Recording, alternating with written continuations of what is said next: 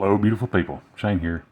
Hey guys, I wanted to do this video because I just got a knife in the mail yesterday. Sorry I didn't do the unboxing. I was way too excited. As many of you guys already know, I begrudgingly became a Spyderco fanboy. Never set out to do so.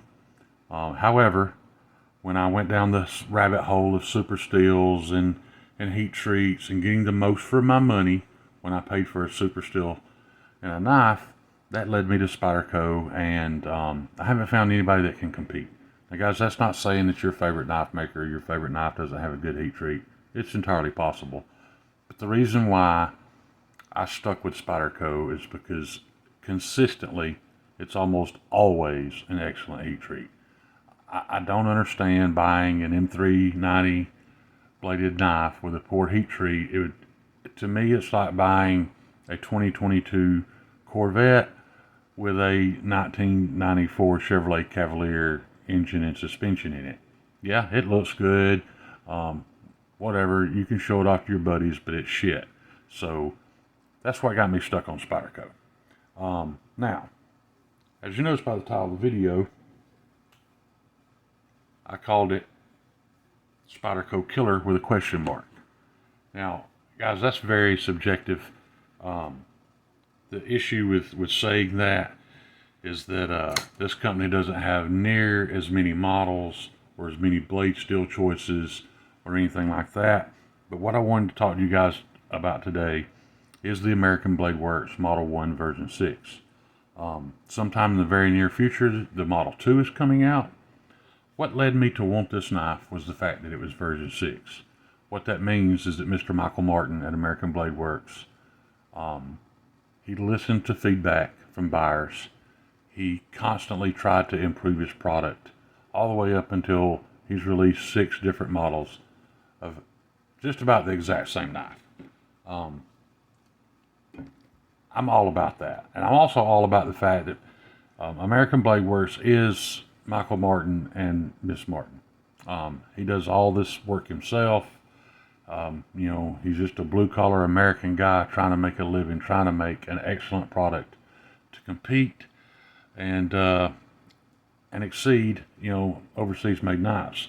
Now, I picked this knife up at Blade Show. I got it because I love this weathered-looking G10. You can see some of the black starting to come through here, and it's already weared pretty good here. I didn't do this wear, guys. It came like that. However, I do look forward to it wearing even more and more black starting to show through.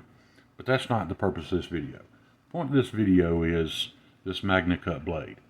American Blades Works just started using MAGNACUT, and you can see it says so right there on the blade. It says MAGNACUT.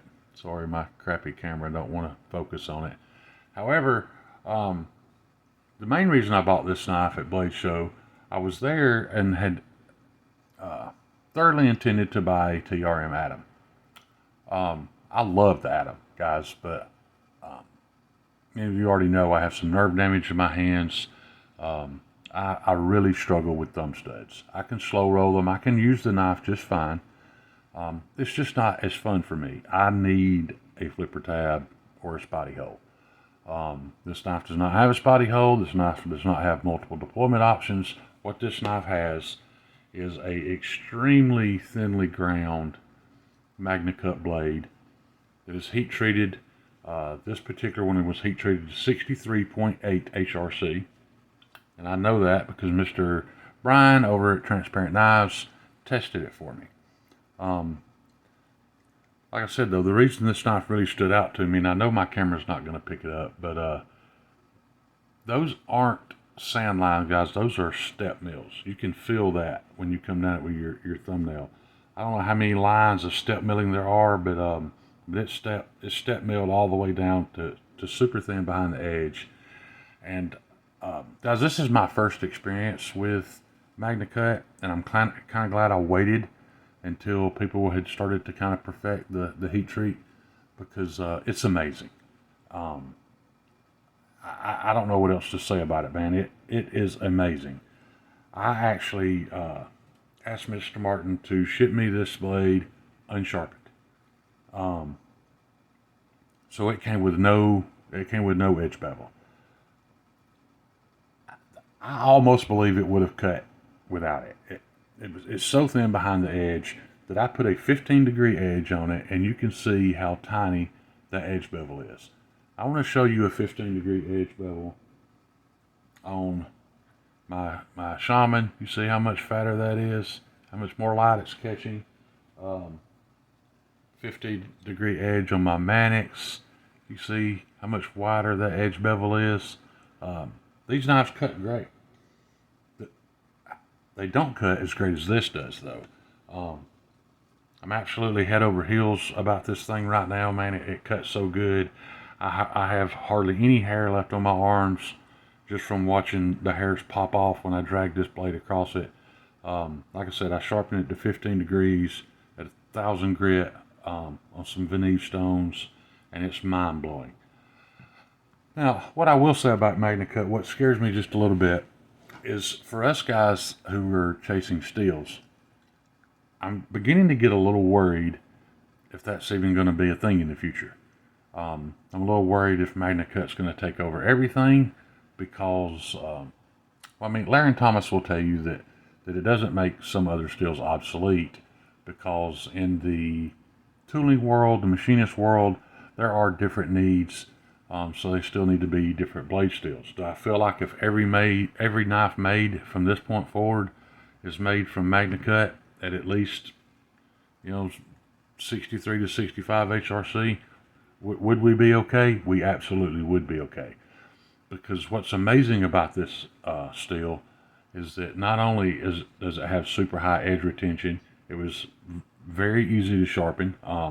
Like I said, with no edge bevel at all. It took me about an hour, and I took my time. I was watching, one of my favorite live shows while it was going on, so I was stopping to comment, and yeah, super easy to sharpen. Holds an edge an excellent long time, and Spyderco is actually replacing their H1 with MAGNACUT because the corrosion resistance is so high. I mean, what more can you ask for, guys? It's literally looking like it's going to be the perfect knife steel. I'm super excited to carry it. I'm super excited to to see how long the edge holds up. But every test I've seen on MAGNACUT, with a proper heat treat, is just blowing most other steels out of the water. What's great about it is that it's also super easy, or it's supposed to be. I haven't ground any myself, but it's supposed to be super easy to grind, which makes it easier on the knife manufacturers and somewhat cheaper. So, that's always a plus. But anyway, guys, I want to shout out American Blade Works, shout out Michael Martin. I did have a warranty issue with this knife when I first got it. I didn't have to go on any website and fill out a warranty claim and wait for an email and all this stuff. I messaged the guy. He apologized. I sent him through Brian. I sent him the blade. He immediately admitted, that there was a problem, and he replaced my 20 CV blade with the new MAGNACUT blade. Everything he's going to make from this point forward is going to be in MAGNACUT as of now, and the American Blade Works Model 2 is about to come out. So for all you Wharncliffe fans, he's about to release a really cool looking Wharncliffe in a really good steel.